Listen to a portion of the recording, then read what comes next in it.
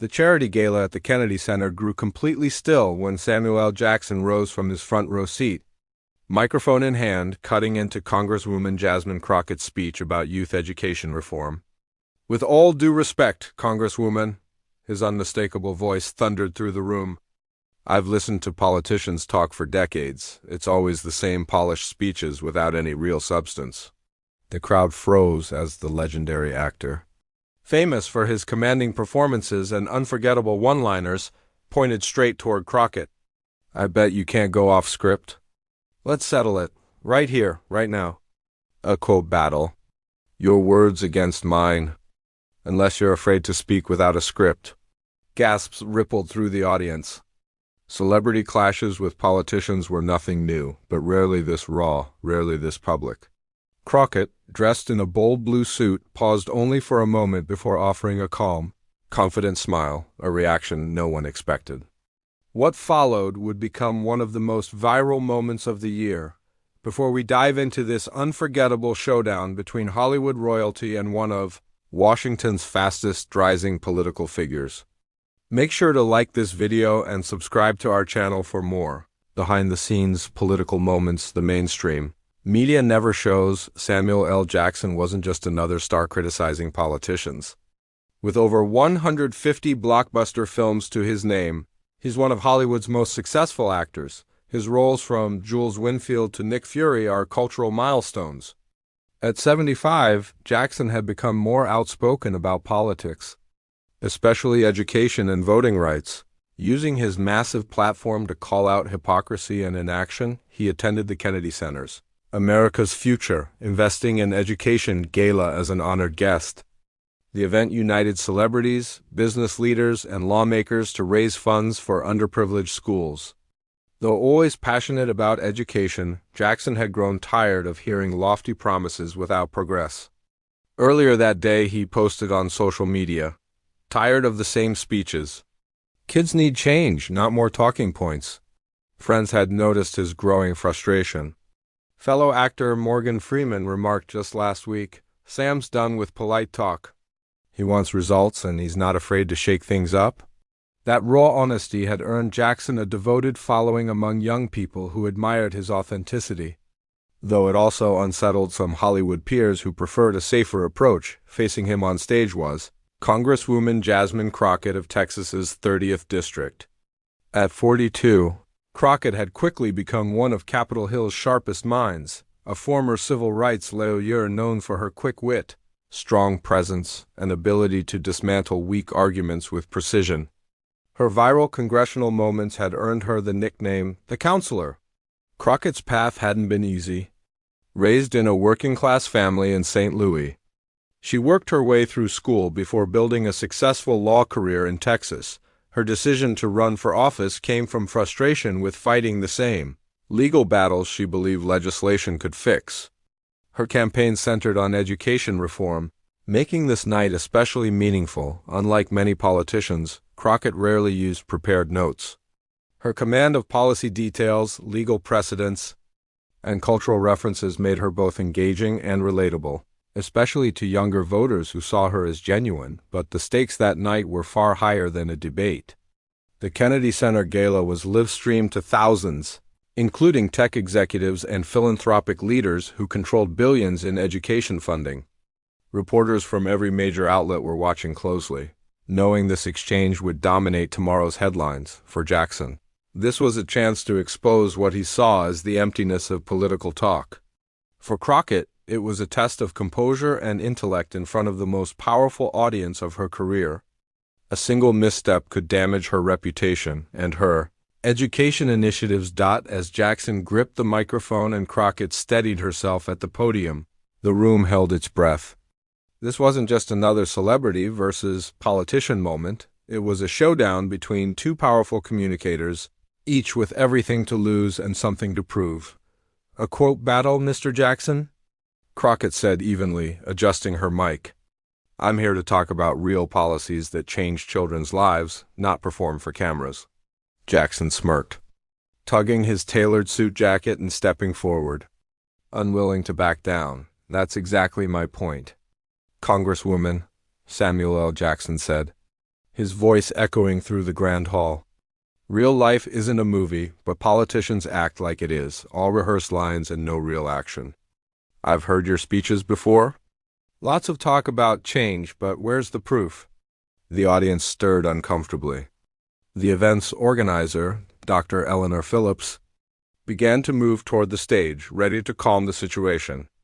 But something in Jasmine Crockett's steady composure stopped her. Results take more than good intentions. Mr. Jackson, Crockett replied firmly, they require understanding complex systems and working with people who don't always agree, and that can't be wrapped up neatly in a 2-hour movie. Jackson let out a dry laugh, though there was little amusement in it. See? There it is again, polished words and practiced answers. I've been funding education programs for 3 decades. I've put in my time and my money. I've seen firsthand how the system keeps failing kids like the ones from my own neighborhood. So don't tell me I don't understand how it works. The tension was thick. Some celebrities shifted awkwardly, glancing at their phones. Others leaned forward, glued to the unscripted clash between Hollywood and Washington. Crockett stepped away from the podium, closing the distance between her and Jackson. I respect your passion, Mr. Jackson, she said evenly. And you're right, we do need more action. But challenging me to a quote battle doesn't help the children we're here to support tonight. Then teach me something real, Jackson pressed, his tone sharper now. Because from where I stand, I keep hearing the same promises while graduation rates in poor communities barely move. Give me something real, not something your staff wrote for applause. A low murmur swept through the crowd. Jackson had voiced what many silently thought, that too many political speeches sound good but achieve little. Some major donors even nodded in agreement. Crockett's eyes hardened with resolve. You want real? Fine, let's talk real. She gestured toward her aide, who quickly brought over a thick binder. Jackson's eyebrows rose in surprise. What's this? More notes? He asked, half smirking. These, Crockett said, opening the binder, are the actual results from my education pilot program in my district, not projections, not promises. Real numbers. Reading scores up 22%, math scores up 18%, teacher retention up by 1/3. Are those the kind of results you're asking for? Jackson looked momentarily caught off guard but quickly recovered. Numbers on paper don't tell the whole story. Politicians love stats, but what about the people? Have you even been inside those classrooms? Every Friday when Congress isn't in session, Crockett fired back without missing a beat. At 9, I read to first graders at Harmony Elementary. At noon, I mentored debate students at Roosevelt High. By 3, I'm at the community center helping with math homework. Would you like to call them in check? Applause broke out from parts of the audience, hesitant but genuine, before falling silent again as Jackson stepped closer. Talk is cheap, he challenged. You claim to care? Then prove it. No speeches, no data sheets. Let's hear what you really think, unfiltered and off-script. A real conversation, not political theater. Crockett calmly placed the binder on the podium and stood tall. And what exactly do you have in mind, Mr. Jackson?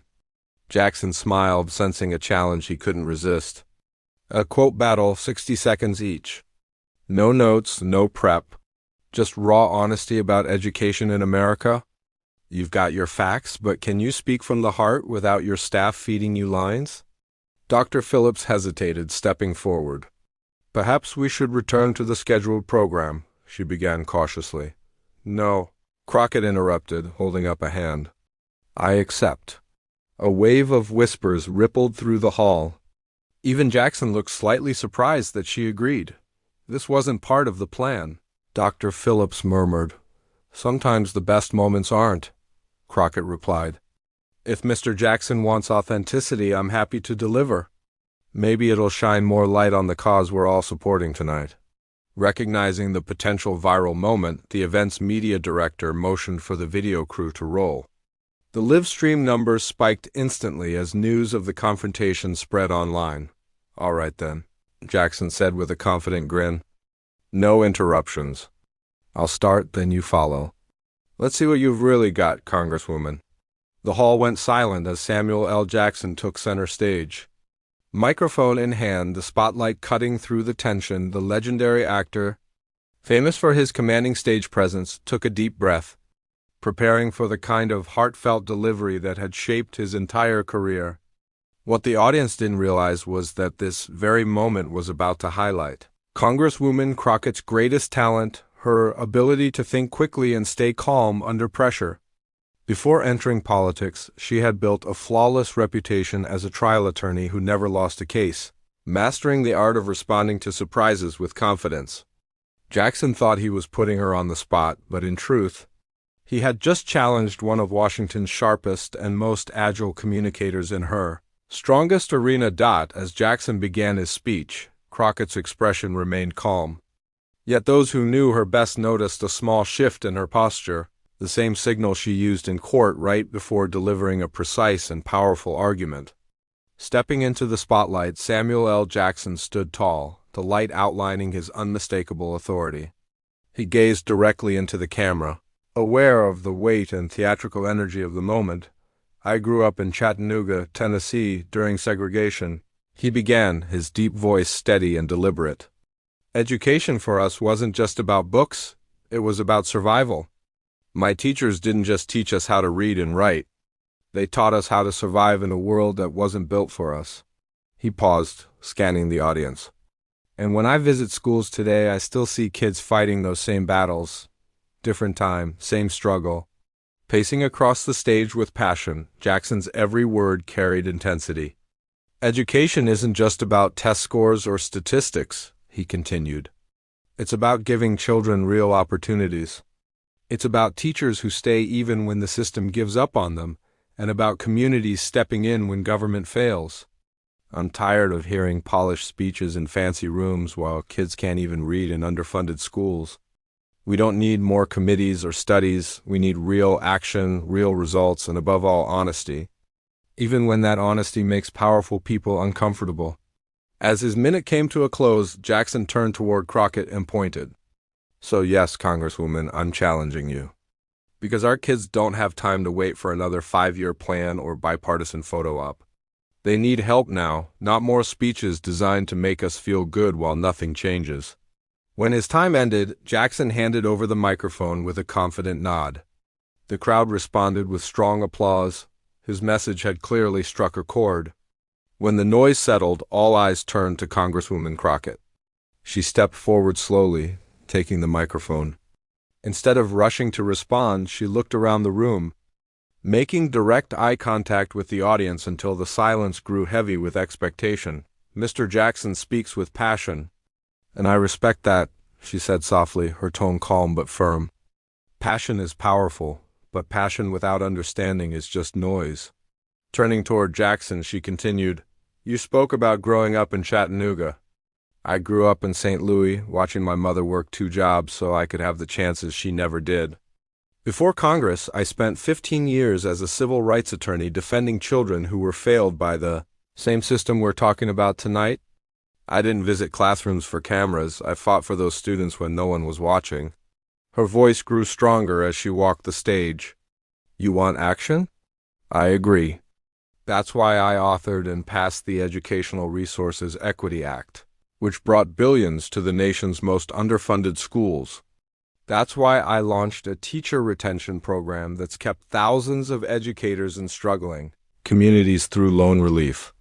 And that's why I personally mentor students -37 of whom are now the first in their families to go to college." She paused, then faced Jackson directly. "You talk about honesty, Mr. Jackson, so here's some truth. When celebrities drop into serious discussions demanding authenticity but ignore the complexity of the issues, it doesn't help, it hurts. Education reform isn't solved by sound bites or emotional speeches. It's achieved through patient, detailed work that rarely makes headlines by people who show up every day, even when there's no spotlight." Crockett turned toward the audience, her voice clear and steady. "You know what honesty really looks like?" she asked. "It's being willing to admit that real change doesn't happen overnight.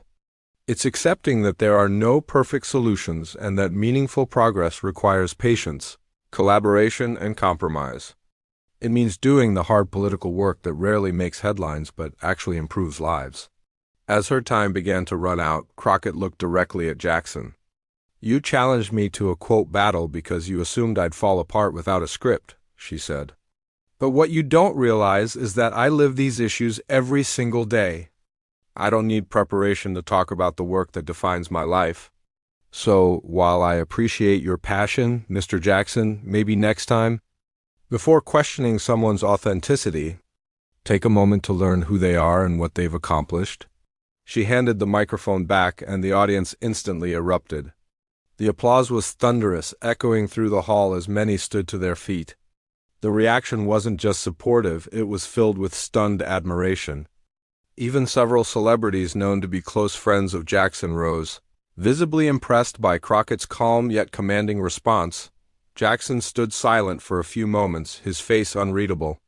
Then, slowly, a small smile crossed his face, and he nodded, a subtle but genuine acknowledgement from one professional recognizing another. Dr. Eleanor Phillips, the event organizer, quickly returned to the stage, clearly trying to steer the evening back on track while preserving its powerful momentum. "Well," she said with a smile, "I think we can all agree that was as authentic as it gets. Thank you both for such a passionate and unexpected exchange. This is exactly the kind of open conversation about education we hope to see tonight." The audience laughed softly, the tension giving way to applause and excitement. But the impact of what had just happened didn't stay in that room, it spread online within minutes. The live stream's chat exploded with reactions, and hashtags like #CrockettJackson and #EducationDebate started trending globally. Clips of the exchange flooded social media, shared by journalists, influencers, and political commentators. What started as Jackson's attempt to put a politician on the spot had transformed into a career-defining moment for Congresswoman Crockett.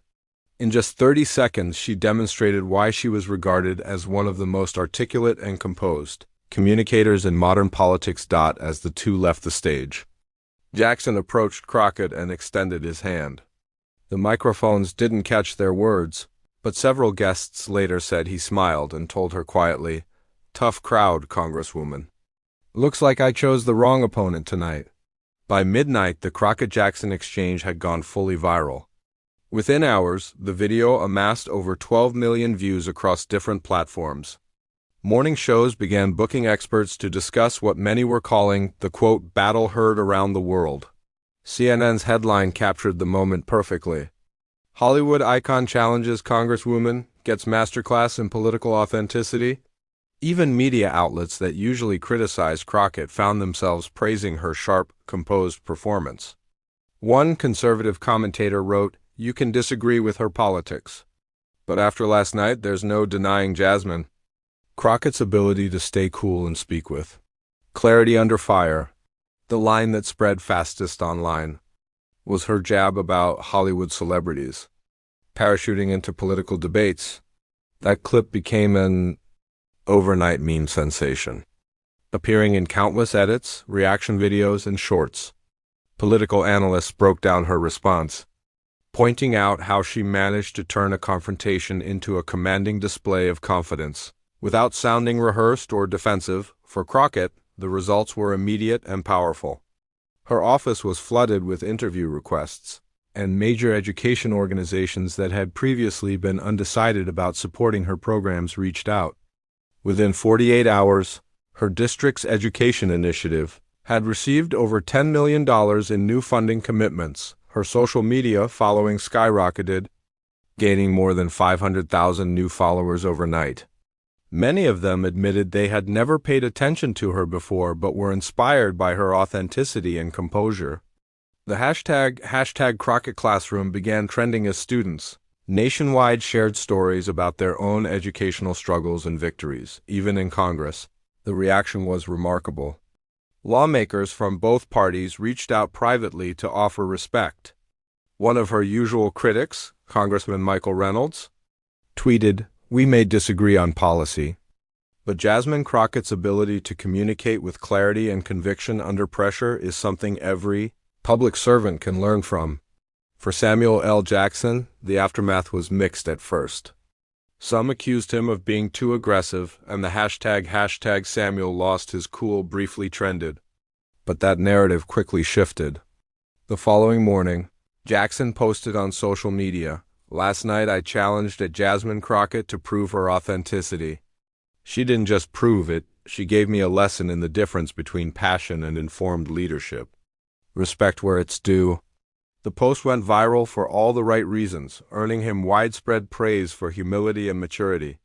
Instead of damaging his reputation, Jackson's gracious response strengthened it, showing that he was genuinely invested in education reform rather than ego. 3 days later, both Crockett and Jackson appeared together on a major talk show. What could have remained a tense confrontation turned into a productive and inspiring conversation about education reform, equity, and collaboration. Their joint appearance broke viewership records and raised an additional $5 million for the education charity linked to the original gala.